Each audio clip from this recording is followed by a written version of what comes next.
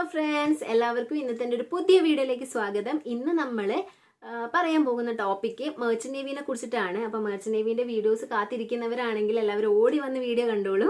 അപ്പോൾ ഇന്നത്തെ ടോപ്പിക്ക് എന്ന് വെച്ച് കഴിഞ്ഞാൽ ഷിപ്പിൽ എങ്ങനെ എൻജിനീയർ ആകാം. എനിക്ക് ഇൻസ്റ്റയിലാണെങ്കിൽ കുറേ കുട്ടികൾ ഡൗട്ട് വരുന്നുണ്ട്, ചേച്ചി ഈ എൻജിൻ ഡിപ്പാർട്ട്മെൻറ്റ് ഡെക്ക് ഡിപ്പാർട്ട്മെൻറ്റിലുള്ള ഡിഫറൻസ് എന്താണ് മെയിനായിട്ട് വരുന്നത്. അതിനെക്കുറിച്ച് ഞാൻ ഓൾറെഡി വീഡിയോ ചെയ്തിട്ടുണ്ട്. പിന്നെ വരുന്ന ഒരു കോമൺ ആയിട്ടുള്ള ഒരു ക്വസ്റ്റ്യൻ ആണ്, ഏജ് എങ്ങനെയാണ് ഈ ഒരു എഞ്ചിനീയർ ആവുന്നത്. +2 കൊമേഴ്സ് പഠിച്ചിട്ട് എഞ്ചിനീയർ ആകാൻ പറ്റുമോ, ഇല്ലെങ്കിൽ 10th പഠിച്ചിട്ട് എഞ്ചിനീയർ ആയിട്ട് ഷിപ്പിൽ വർക്ക് ചെയ്യാൻ പറ്റുമോ എന്നുള്ളതൊക്കെ. അപ്പോഴെന്തൊക്കെയാണ് എഞ്ചിനീയർ ആവേണ്ട ക്വാളിഫിക്കേഷൻസ്, അതായത് എലിജിബിലിറ്റി എന്തൊക്കെയാണ് ക്രൈറ്റീരിയാസ്, അതൊക്കെ ഞാൻ ഇന്നത്തെ വീഡിയോയിൽ കവർ ചെയ്യുന്നതായിരിക്കും. അപ്പോൾ എങ്ങനെ എഞ്ചിനീയർ ആകണം ഷിപ്പിൽ നിന്ന് അറിയാൻ താല്പര്യമുള്ളവർ ഈ വീഡിയോ സ്കിപ്പ് ചെയ്യാതെ കണ്ടു നോക്കിക്കോളൂ. അപ്പോൾ വീഡിയോയിലേക്ക് കടക്കുന്നതിന് മുന്നേ ഒരു ചെറിയ കാര്യം കൂടി പറഞ്ഞോട്ടെ. എൻ്റെ ചാനൽ ആദ്യമായിട്ടാണ് ആരെങ്കിലും കാണുന്നതെങ്കിൽ ചാനൽ ഒന്ന് സബ്സ്ക്രൈബ് ചെയ്യണേ. വീഡിയോസൊക്കെ ചാനലിൽ സബ്സ്ക്രൈബ് ചെയ്യാതെ ആരെങ്കിലും കാണുന്നുണ്ടെങ്കിൽ നിങ്ങളൂടെ ഒന്ന് സബ്സ്ക്രൈബ് ചെയ്തേക്കണേ. വീഡിയോസൊക്കെ കണ്ടിട്ട് ഇഷ്ടമാവുകയാണെങ്കിൽ ഒരു ലൈക്ക് കൂടി. അപ്പോൾ നമുക്ക് വീഡിയോ കണ്ടു നോക്കാം. ഷിപ്പിലെ എഞ്ചിനീയറെ കുറിച്ചിട്ട് പറയുമ്പം +2 സയൻസ് എടുത്ത കുട്ടികൾക്കാണ് ഈ എഞ്ചിനീയറിംഗ് കോഴ്സ് പഠിക്കാൻ പറ്റുന്നതും ഷിപ്പിലെ എഞ്ചിനീയറായിട്ട് വർക്ക് ചെയ്യാൻ സാധിക്കുന്നതും. +2 കഴിഞ്ഞിട്ട് മെറൈൻ എഞ്ചിനീയറിങ്ങോ അല്ലെങ്കിൽ മെക്കാനിക്കൽ എഞ്ചിനീയറിങ്ങോ എടുത്തവർക്ക് എഞ്ചിൻ കാഡറ്റ് ആയിട്ട് വർക്ക് ചെയ്യാം. എഞ്ചിൻ കാഡറ്റ് എന്ന് പറയുമ്പോൾ നിങ്ങൾ പഠിച്ചു കഴിഞ്ഞ ഉടനെ തന്നെ ഒരു സർട്ടിഫൈഡ് ആയിട്ടുള്ള എഞ്ചിനീയർ ആയിട്ടായിരിക്കില്ല നിങ്ങൾക്ക് പോസ്റ്റിംഗ് ലഭിക്കുന്നത്. എഞ്ചിനീയറിംഗ് കോഴ്സസ് ഒക്കെ പഠിച്ചു കഴിഞ്ഞ് ട്രെയിനി എഞ്ചിനീയർ അല്ലെങ്കിൽ എഞ്ചിൻ കാഡറ്റ് ആയിട്ടാണ് നിങ്ങൾ ഫസ്റ്റ് ഷിപ്പിൽ ജോയിൻ ചെയ്യുന്നത്. എഞ്ചിനീയേഴ്സിന്റെ ഡ്യൂട്ടീസ് എന്തൊക്കെയാണ്, അവരുടെ ജോബ് റോൾസ് എന്തൊക്കെയാണെന്ന് നമുക്ക് നോക്കാം. മെയിനായിട്ട് എഞ്ചിനീയേഴ്സിന് ഡ്യൂട്ടീസ് വരുന്നത് എഞ്ചിൻ റൂമിലെ മെഷീനറീസ് ഉണ്ടാവുമല്ലോ കുറേ. അപ്പോൾ മെഷീനറീസിനെ പ്രോപ്പറായിട്ട് വർക്ക് ചെയ്യുന്നുണ്ടോ എന്ന് മോണിറ്റർ ചെയ്യുന്നതും എല്ലാ മെഷീനറീസിന്റെയും മെയിൻ്റെനൻസ് നോക്കുന്നതും ഒക്കെ ഈ എഞ്ചിനീയേഴ്സ് ആണ്.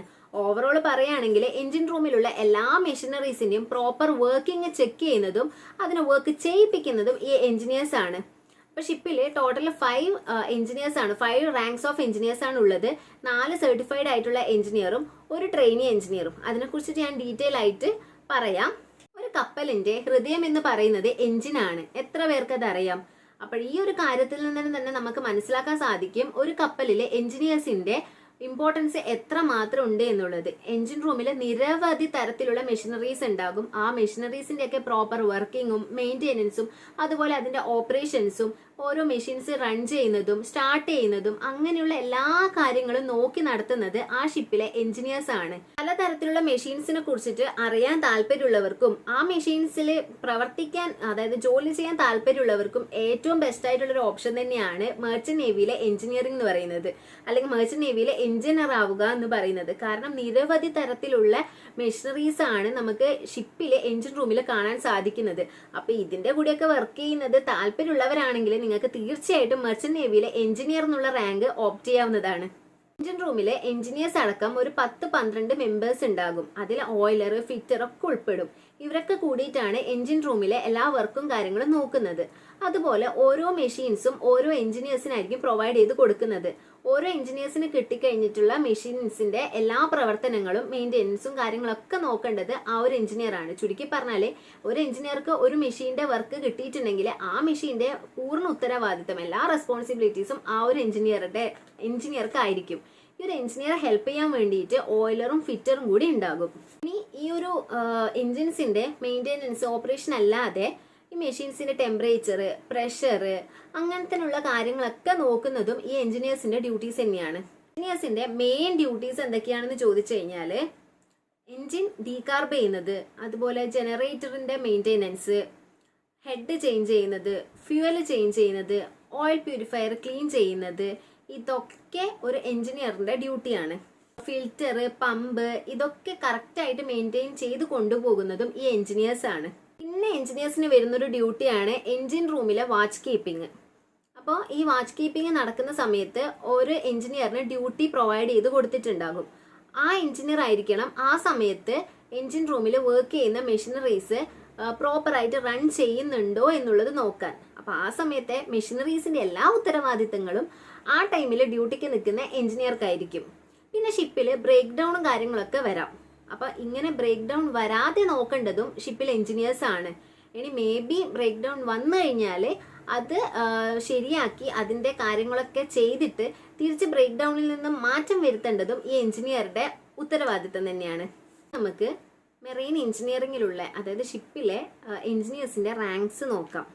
ഫസ്റ്റ് തന്നെ വരുന്നതാണ് ചീഫ് എഞ്ചിനീയർ. അപ്പോൾ പേര് കേൾക്കുമ്പോൾ തന്നെ എല്ലാവർക്കും മനസ്സിലായിട്ടുണ്ടാകും.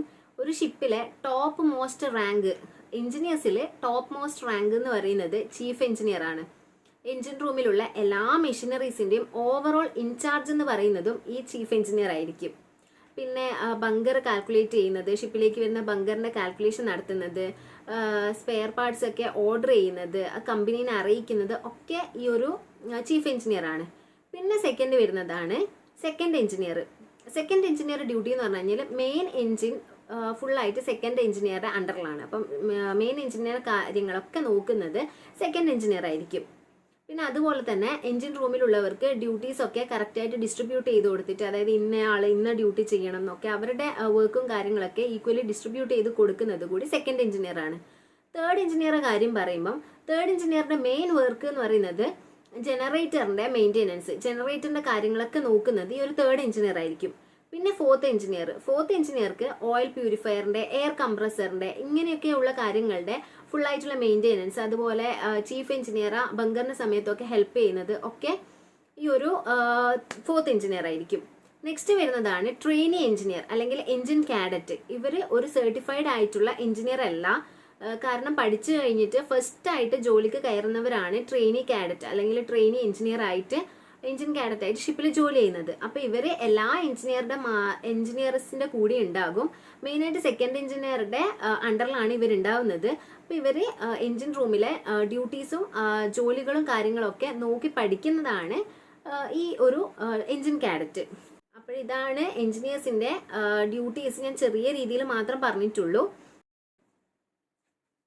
ഷിപ്പിൽ നിങ്ങൾ ജോലിക്ക് കയറുന്ന സമയത്ത് ഫസ്റ്റ് ട്രെയിനി ആയിട്ടാണ് ജോയിൻ ചെയ്യുന്നത്. അത് ഞാൻ കഴിഞ്ഞ വീഡിയോയിലും പറഞ്ഞിട്ടുണ്ടായിരുന്നു.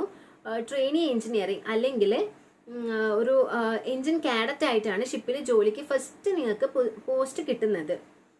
ആ ഒരു സെയില് നിങ്ങളൊരു 12 മാസം അല്ലെങ്കിൽ ഒരു 9 മാസമൊക്കെ ആ ഒരു സെയിൽ ചെയ്ത് കഴിഞ്ഞാൽ നിങ്ങൾക്ക് നാട്ടിൽ വന്ന് സൈൻ ഓഫ് ആയിട്ട് നാട്ടിൽ വന്നിട്ടാകുമ്പം ഒരു അഡ്വാൻസ് കോഴ്സ് ചെയ്യാനുണ്ട്. അഡ്വാൻസ് കോഴ്സ് കൂടി ചെയ്തിട്ട് MMDയിൽ നിങ്ങൾക്ക് COCക്ക് വേണ്ടിയിട്ട് അപ്ലൈ ചെയ്യാം. എക്സാമൊക്കെ അറ്റൻഡ് ചെയ്യണം. ആ എക്സാമൊക്കെ ക്ലിയർ ചെയ്ത് കഴിഞ്ഞ് കഴിഞ്ഞാൽ നിങ്ങൾക്ക് COC ലഭിക്കും. COC ലഭിച്ചു കഴിഞ്ഞാൽ പിന്നത്തെ സെയിൽ നിങ്ങൾക്ക് ഫോർത്ത് എഞ്ചിനീയർ ആയിട്ടാണ് സെയിൽ ചെയ്യേണ്ടത്. പക്ഷെ ഫോർത്ത് എഞ്ചിനീയർ എന്ന് പറയുമ്പോൾ നിങ്ങൾക്ക് ഡയറക്റ്റ് നിങ്ങളെ ഫോർത്ത് എഞ്ചിനീയറിലേക്ക് മാറ്റൂല. അസിസ്റ്റന്റ് ഫോർത്ത് ആയിട്ട് ഒരു സെയിലെങ്കിലും ചെയ്യേണ്ടി വരും. അതിൽ നിങ്ങളുടെ പെർഫോമൻസ് ഒക്കെ നോക്കിയിട്ടാണ് നിങ്ങളെ ഫോർത്ത് എഞ്ചിനീയർ ആയിട്ട് സെയിൽ ചെയ്യിക്കുന്നത്. ഫോർത്ത് എഞ്ചിനീയർ ആയിട്ട് ഇത്ര മാസത്തെ എക്സ്പീരിയൻസ് എന്നൊക്കെ ഉണ്ട്. അത് ഞാൻ എക്സാമിൻ്റെ ഒരു വീഡിയോ ചെയ്യുമ്പം അതിൽ ഡീറ്റെയിൽ ആയിട്ട് പറഞ്ഞുതരാം. അപ്പോൾ ആ ഒരു സർവീസ് ഒക്കെ ലഭിച്ചു കഴിഞ്ഞാൽ നിങ്ങൾക്ക് പിന്നെ തേർഡ് എഞ്ചിനീയർ ആവാനുള്ള എക്സാം അറ്റൻഡ് ചെയ്യേണ്ടതുണ്ട്. അതുകൂടി നിങ്ങൾ ക്ലിയർ ചെയ്ത് കഴിഞ്ഞിട്ടാകുമ്പം നിങ്ങൾക്ക് third engineer, second engineer rank വരെ ജോലി ചെയ്യാം. പിന്നെ ചീഫ് എഞ്ചിനീയർ ആകാൻ വേണ്ടിയിട്ട് പിന്നെയും എക്സാം വരുന്നുണ്ട്. ആ ഒരു എക്സാം കൂടി അറ്റൻഡ് ചെയ്ത് കഴിഞ്ഞ് കഴിഞ്ഞാൽ നിങ്ങൾക്ക് ചീഫ് എഞ്ചിനീയർ റാങ്കിലോട്ടേക്ക് എത്താം. ഇതിനൊക്കെ സർവീസും കാര്യങ്ങളൊക്കെ വരുന്നുണ്ട്. ഞാൻ പറഞ്ഞല്ലോ, ഞാൻ അതൊക്കെ ഇൻക്ലൂഡ് ചെയ്തിട്ട് ഒരു വീഡിയോ ചെയ്യാം. അപ്പോൾ ഇത്രയാണ് ഇതിൻ്റെ ബേസിക് ആയിട്ടുള്ള, വളരെ ബേസിക് ആയിട്ടുള്ള കാര്യം എന്ന് പറയുന്നത്. നിങ്ങൾ എഞ്ചിനീയറിംഗ് കോഴ്സ് പഠിച്ചു കഴിഞ്ഞിട്ട് ഒരു ട്രെയിനി എഞ്ചിനീയർ ആയിട്ട് അല്ലെങ്കിൽ ഒരു എഞ്ചിൻ കാഡറ്റ് ആയിട്ട് ഷിപ്പിൽ ജോലി കയറി കഴിഞ്ഞാൽ പ്രൊമോഷൻസും എക്സാംസും ഒക്കെ അറ്റൻഡ് ചെയ്തിട്ട് നിങ്ങൾക്ക് ചീഫ് എഞ്ചിനീയർ റാങ്ക് വരെ എത്താം. ചുരുക്കിയിട്ട് ഞാൻ അതാണ് ഇപ്പോൾ പറഞ്ഞിട്ടുള്ളത്. നമുക്ക് ഷിപ്പിലെ എഞ്ചിനീയർ ആകാൻ വേണ്ടിയിട്ട് എന്തൊക്കെ കോഴ്സസ് ആണ് പഠിക്കേണ്ടത് നോക്കാം, എന്തൊക്കെ കോഴ്സസ് ആണ് ഉള്ളതെന്ന് നോക്കാം. ഫസ്റ്റ് വരുന്ന കോഴ്സാണ് BTech മെറൈൻ എഞ്ചിനീയറിംഗ്. ഈ ഒരു കോഴ്സ് +2 സയൻസ് കഴിഞ്ഞവർക്കാണ് പഠിക്കാൻ സാധിക്കുന്നത്. അല്ലാതെ 10ാം ക്ലാസ് കഴിഞ്ഞിട്ട് ഈ ഒരു കോഴ്സ് ചെയ്യാൻ പറ്റൂല. +2 കൊമേഴ്സ് കഴിഞ്ഞിട്ടും ഈ കോഴ്സ് ചെയ്യാൻ സാധിക്കില്ല. +2 സയൻസ് എടുത്തവർക്ക്, അതും ഫിസിക്സ്, കെമിസ്ട്രി, മാത്സ് PCMൽ മിനിമം 60% മാർക്ക് എങ്കിലും ഉണ്ടായിരിക്കണം. ഇങ്ങനെയുള്ളവരാണ് നിങ്ങളെങ്കിൽ നിങ്ങൾക്ക് 12th കഴിഞ്ഞിട്ട് നേരെ BTech മെറൈൻ എഞ്ചിനീയറിംഗ് പഠിക്കാൻ സാധിക്കും. കോഴ്സിന്റെ ഡ്യൂറേഷൻ വരുന്നത് 4 ഇയർ ആണ്. 4 വർഷത്തെ ഒരു കോഴ്സാണിത്. അപ്പോൾ 4 വർഷം കോഴ്സ് പഠിക്കുമ്പം എന്തായാലും കുറച്ച് ഫീസ് ഉണ്ടാകും. ഒരു 10 to 20 lakhs ആണ് 4 ഇയറിലേക്ക് നിങ്ങൾക്ക് ഈ ഒരു BTech മെറൈൻ എഞ്ചിനീയറിംഗ് പഠിക്കാൻ വേണ്ടിയിട്ട് ഫീസ് വരുന്നത്. ഇത് കറക്റ്റ് അപ് ടു 20 lakhs ആവുമെന്നല്ല ഞാൻ പറയുന്നത്. ഓരോ ഇൻസ്റ്റിറ്റ്യൂട്ടിനെ വെച്ചിട്ട് ഫീസിലും ഡിഫറൻസ് ഉണ്ടാവും. മിനിമം 10 to 20 lakhs വരെ ഫീസ് വരാം. പിന്നെ നിങ്ങൾ പഠിക്കാൻ ഒരു ഇൻസ്റ്റിറ്റ്യൂട്ട് ചൂസ് ചെയ്യുന്ന സമയത്ത് നിർബന്ധമായിട്ടും ആ ഒരു ഇൻസ്റ്റിറ്റ്യൂട്ടിലെ പ്ലേസ്മെന്റ് ഉണ്ടോ എന്നുള്ള കാര്യം കൺഫേം ചെയ്യണം. ഇത് ഞാൻ ഓരോ കോഴ്സിനെ കുറിച്ച് പറയുമ്പോൾ എൻ്റെ എല്ലാ വീഡിയോസിലും ഞാൻ പറയുന്ന കാര്യമാണ്.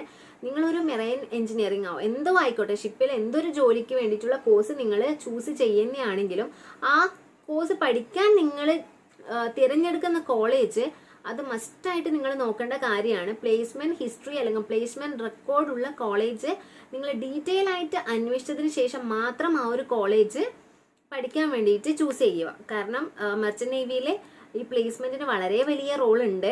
അപ്പം നിങ്ങൾ പഠിക്കുമ്പോൾ തന്നെ പ്ലേസ്മെന്റ് ഒക്കെ ഉള്ള നല്ലൊരു കോളേജിൽ പഠിക്കുകയാണെങ്കിൽ, പഠിച്ചുകൊണ്ടിരിക്കുന്ന സമയത്ത് അല്ലെങ്കിൽ ഈ ഒരു എഞ്ചിനീയറിംഗിന്റെ കേസൊക്കെ പറയുകയാണെങ്കിൽ ഒരു 4th ഇയറിന്റെ ഒരു സമയം ആകുമ്പോഴേക്ക് തന്നെ നിങ്ങൾക്ക് പ്ലേസ്മെന്റ് വഴി ക്യാമ്പസ് ഇന്റർവ്യൂ വഴി ജോലി ലഭിക്കുന്നതായിരിക്കും. അതുപോലെ പ്ലേസ്മെന്റ് ഒരു ഇമ്പോർട്ടൻ്റ് ആയിട്ട് പറയുന്നത് പോലെ തന്നെയാണ് സ്പോൺസർഷിപ്പ്.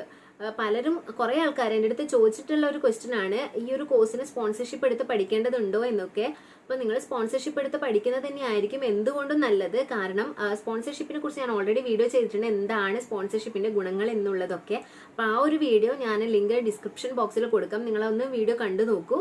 സ്പോൺസർഷിപ്പ് എടുത്ത് പഠിക്കുന്നതിന്റെ ഒരു മെയിൻ ഗുണം എന്താണെന്ന് വെച്ച് കഴിഞ്ഞാൽ നിങ്ങൾക്ക് പഠിച്ചു കഴിഞ്ഞ് കഴിഞ്ഞാൽ പിന്നെ ജോലി അന്വേഷിച്ച് ഓരോ ഷിപ്പിംഗ് കമ്പനിയിൽ കയറി ഇറങ്ങേണ്ട ആവശ്യമില്ല. പഠിക്കുമ്പോൾ തന്നെ ഒരു ജോലി നിങ്ങളുടെ കയ്യിൽ കരസ്ഥമായിട്ടുണ്ടാകും. അതുപോലെ കുറച്ച് ഇൻസ്റ്റിറ്റ്യൂട്ട്സിന്റെ പേര് കൊടുക്കാം. നിങ്ങൾക്ക് താല്പര്യമുള്ളവരാണെങ്കിൽ ഈ ഇൻസ്റ്റിറ്റ്യൂട്ട്സ് ആയിട്ട് ഒന്ന് കോൺടാക്ട് ചെയ്ത് നോക്കിക്കോളൂ. ഇതൊക്കെ സ്പോൺസർഷിപ്പ് കൊടുക്കുന്ന അല്ലെങ്കിൽ പ്ലേസ്മെന്റ് കൊടുക്കുന്ന കുറച്ച് ബെസ്റ്റ് ആയിട്ടുള്ള ഇൻസ്റ്റിറ്റ്യൂട്ട്സ് ആണ്. നെക്സ്റ്റ് വരുന്ന ഒരു കോഴ്സാണ് B Tech marine engineering lateral entry. ഇതൊരു 3 ഇയർ ഡ്യൂറേഷൻ വരുന്ന കോഴ്സാണ്. ഫീസ് വരുന്നത് 8 തൊട്ടിട്ട് 14 ലക്ഷമാണ്. 3 വർഷം നിങ്ങൾ പഠിക്കാനുണ്ട്. അതുകൊണ്ട് തന്നെ ഫീസും കുറച്ച് ഉണ്ടാകും. പക്ഷേ ബിടെക് മെറൈൻ എഞ്ചിനീയറിംഗ് വെച്ചിട്ട് പൊതുവെ കുറവാണ്. നെക്സ്റ്റ് വരുന്നൊരു കോഴ്സ് GME ആണ്. അപ്പോൾ GMEനെ കുറിച്ചിട്ട് ഞാൻ ഓൾറെഡി ഡീറ്റെയിൽ ആയിട്ടുള്ള ഒരു വീഡിയോ ചെയ്തിട്ടുണ്ട്. GMEനെ കുറിച്ച് അറിയാൻ താല്പര്യമുള്ളവരാണെങ്കിൽ ഞാൻ GMEനെ കുറിച്ച് ചെയ്ത വീഡിയോയുടെ ലിങ്ക് ഡിസ്ക്രിപ്ഷൻ ബോക്സിൽ കൊടുക്കാം. അപ്പോൾ ആ വീഡിയോ ഒന്ന് കണ്ടു നോക്കിക്കോളൂ. ഇത്രയും കാര്യങ്ങളാണ് മെറൈൻ എഞ്ചിനീയറിംഗിനെ കുറിച്ചിട്ട് അല്ലെങ്കിൽ എങ്ങനെയാണ് ഷിപ്പിൽ ഒരു എഞ്ചിനീയർ ആവാം എന്നതിനെ കുറിച്ചിട്ട് പറയാനുള്ളത്. ഞാൻ ഓൾമോസ്റ്റ് എല്ലാ കാര്യങ്ങളും ഇതിൽ കവർ ചെയ്തു എന്നാണ് കരുതുന്നത്. ഇനിയും നിങ്ങൾക്ക് എന്തെങ്കിലും ഡൗട്ട് ഉണ്ടെങ്കിൽ, എന്തെങ്കിലും ഒരു ടോപ്പിക്കിനെ കുറിച്ചിട്ട് അല്ലെങ്കിൽ ഈ ഒരു എഞ്ചിനീയറിംഗിനെ കുറിച്ചിട്ട് എന്തെങ്കിലും ഡൗട്ട് ഉണ്ടെങ്കിൽ നിങ്ങൾക്ക് കമന്റ് സെക്ഷനിൽ ചോദിക്കാവുന്നതാണ്, ഞാൻ റിപ്ലൈ ചെയ്യും. അതല്ല ഇൻസ്റ്റയിൽ നിങ്ങൾക്ക് മെസ്സേജ് അയച്ച് ചോദിക്കാവുന്നതാണ്. അപ്പോഴേ ഇന്നത്തെ വീഡിയോ ഇത്രയേ ഉള്ളൂ. എല്ലാവരും പഠിക്കുന്ന സമയത്ത് ഞാൻ പറഞ്ഞതുപോലെ ഒന്നുകിൽ പ്ലേസ്മെന്റ് ഉള്ള നല്ലൊരു കോളേജ് തന്നെ ചൂസ് ചെയ്ത് പഠിക്കാൻ ശ്രദ്ധിക്കുക, അല്ലെങ്കിൽ തീർച്ചയായിട്ടും സ്പോൺസർഷിപ്പോടുകൂടി പഠിക്കുക. അതാണ് ഏറ്റവും ബെസ്റ്റ് ആയിട്ടുള്ളൊരു കാര്യം. സ്പോൺസർഷിപ്പിൽ പഠിച്ചു കഴിഞ്ഞാൽ ഞാൻ പറഞ്ഞതുപോലെ നിങ്ങളൊരു ജോലി അന്വേഷിച്ച് ബുദ്ധിമുട്ടേണ്ട വരില്ല. ഇന്നത്തെ വീഡിയോ അപ്പോൾ ഇത്രയേ ഉള്ളൂ. അടുത്തൊരു വീഡിയോ ആയിട്ട് വരുന്നത് വരെ ബൈ, താങ്ക് യു.